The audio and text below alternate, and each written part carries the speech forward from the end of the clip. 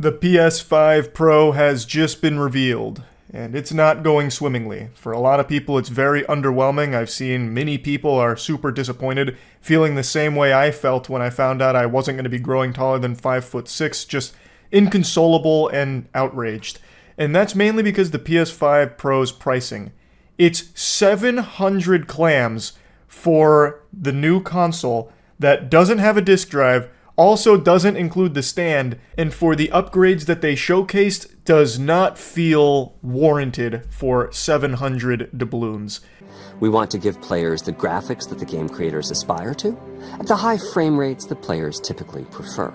To do that, PS5 Pro substantially improves over PlayStation 5 in 3 ways. Here's what we call the Big 3. These are improvements, no doubt, and they even give some of the numbers about like how much faster or more powerful the PS5 Pro is compared to the normal PS5. But when you actually see side-by-side comparisons, it feels less like a big 3 and more like a moderate trio. But there is one category that I think there is a substantial difference, and it's this one right here. Here's The Last of Us Part 2 running on PS5 Pro. It has huge amounts of detail and targets a super smooth 60 frames per second. Let's compare this to the fidelity mode on PS5, which is only running at 30 frames per second and is therefore much choppier. Clearly there is a big difference there under these settings. However, I don't think that makes it worth the $700 price tag. If you try and argue that it does, I would just slap the crack pipe out of your hands. Another way to compare the two consoles is to look at PS5 Pro versus Performance mode on PS5, both of which target 60 frames per second. What we see here is a difference in detail. PS5 Pro is much sharper and crisper than PS5. Where? Are we looking at the same thing?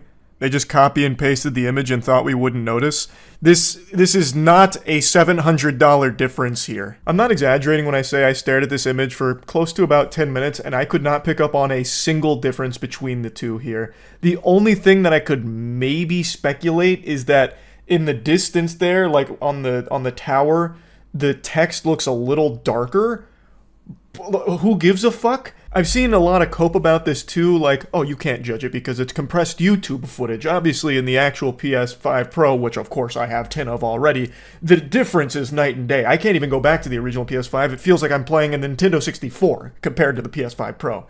Like, yeah, it's probably sharper and more crisp outside of a YouTube video, but even still, this is a very weak showcase of the PS5's power and justification for the $700 price tag.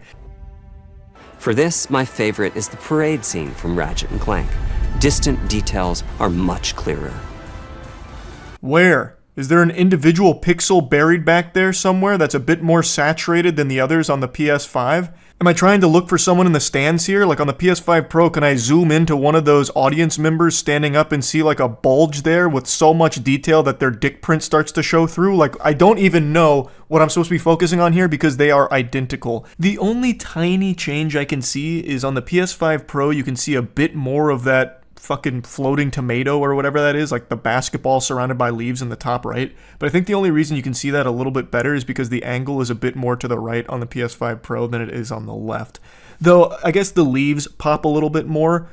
So, for $700, you get to see some more leaves in the background. Yeehaw. Imagine trying to convince yourself that it was worth it for something like that. Like your buddy comes over and he's like, this is kind of a waste of money. You're like, oh, why I never. I can't help but laugh at the absurdity of that claim. This is $700 well spent, my friend. Please take a seat and I'll show you, you simpleton. You pause the game and like zoom in on the background in like camera mode. Do you see that right there? Tomato. Bet you didn't notice it. In fact, you couldn't notice it on your poverty machine. No, the PS5 Pro, it's got all of the bells and whistles. And here we can see Marvel's Spider-Man 2 is noticeably higher resolution throughout the scene, including the trees and procedural cars. Is it? I can't tell. I don't think Superman with X-ray vision could spot any difference here. Honestly, maybe it's me on crazy pills. I thought the PS5 one on the left was the PS5 Pro for a moment because I actually thought that one looked a lot more crisp initially. But now that they're side by side, they just look the same. Like I'm looking at the leaves on the tree.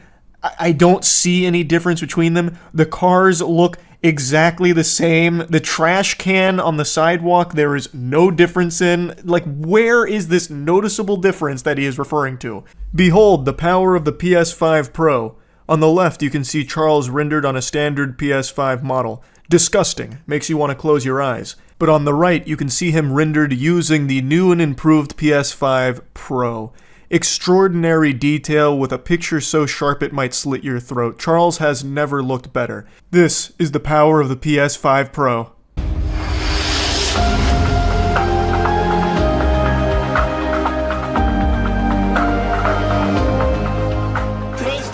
Play has no limits, and neither does money. Everyone's got infinite money, and it's time to play. So fork over $700 or $800 if you want that stand and that pesky disk drive, and then buckle your seatbelt to enjoy some PS4 games. Only possible with the PlayStation 5. I will never get tired of seeing them showing PS4 games during PS5 presentations. Like, yes, I know Last of Us 2 has been remastered for the PS5, but come on. It's been 4 years. Surely there has to be some PlayStation 5 titles that they can be showcasing at these events. I still think Demon's Souls Remake is the best looking game on the PlayStation 5, yet I never see shit from it. I don't know why Sony has like this hate boner for From Software. Like, I just saw that headline, a week ago, where they're like, we don't have any IP, boo-hoo, give me some fucking French cries. All our IPs, we don't have enough. Meanwhile, they're still sitting on Bloodborne. They haven't even bothered to port Bloodborne to the PC. They still don't even have like a 60 FPS version of Bloodborne. That is still just stranded, left out to die, and it is one of the biggest fucking IPs that they just squat on doing nothing with. And then you see these showcase events, and they're still showing PS4 games at it. Like, wake up. Come back to reality. $700 for this doesn't make any sense. I completely agree with people shitting on this for that price point. It is an upgrade. Like, this is, no matter how you spin it, an upgrade to the existing PS5s, but it's not a $700 one. That is an entirely new console, and this is, it's barely even like a 1.5 of the current PS5. It's just not worth that amount of money. If this came out with a more reasonable price point, I don't think people would be as upset about it. I still think it's super silly to not just include the vertical stand for it. Like, you couldn't have just slid in that tiny piece of plastic. They probably have that lying around in the millions somewhere tucked in their warehouse. They can't just throw that into the box. Like, that's absurd. And you couldn't at least put like the disk drive in it to make a little bit more value behind this. It's just absolute lunacy, really. It is a delusional price point to be charging for what they're offering with the PS5 Pro. I do fully agree that this will probably look better outside of the YouTube videos, like the contrast and all of that they were trying to showcase here, and the sharpness and everything. I do think, yes, it will look better outside of this, but even if it looks exceptional, it's still just not worth the $700. We're not getting any new games with it or anything. We're also not even getting a stand or disk drive with it. You're getting like a graphical upgrade and a bit of a performance boost. And that's really nice. But it's not $700 nice. That is just the brass tacks of it. I just don't see any compelling arguments that justify that amount of money. Unless you just don't have a PS5 already and you have 700 clams lying around, then maybe this would be worth it for you. But if you already have a PS5, I don't see why you would spend this money to upgrade it. I just don't get it. So yeah, that's really about it. See ya.